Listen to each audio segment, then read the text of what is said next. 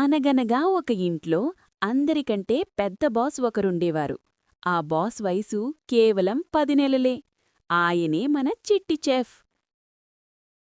ఒకరోజు అమ్మ వంటగదిలో పనిలో ఉండగా మన చెఫ్ గారు మెల్లగా పాకుకుంటూ తన సామ్రాజ్యంలోకి అడుగుపెట్టారు.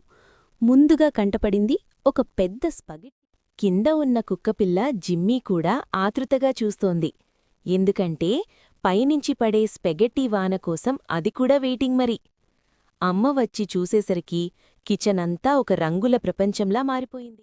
అమ్మ కోప్పడదామనుకుంది కాని ఆ బుజ్జిగాడి సాస్ నిండిన నవ్వు చూడగానే అన్నీ మర్చిపోయి నవ్వేసింది.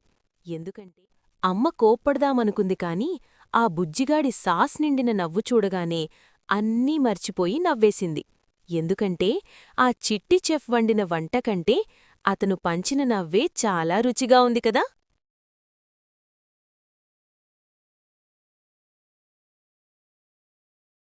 నిజమే కదా. పిల్లల అల్లరి ఒక్కోసారి ఇబ్బందిగా ఉన్నా ఆ అమాయకపు నవ్వులు మన ఇంటికి అసలైన అందం.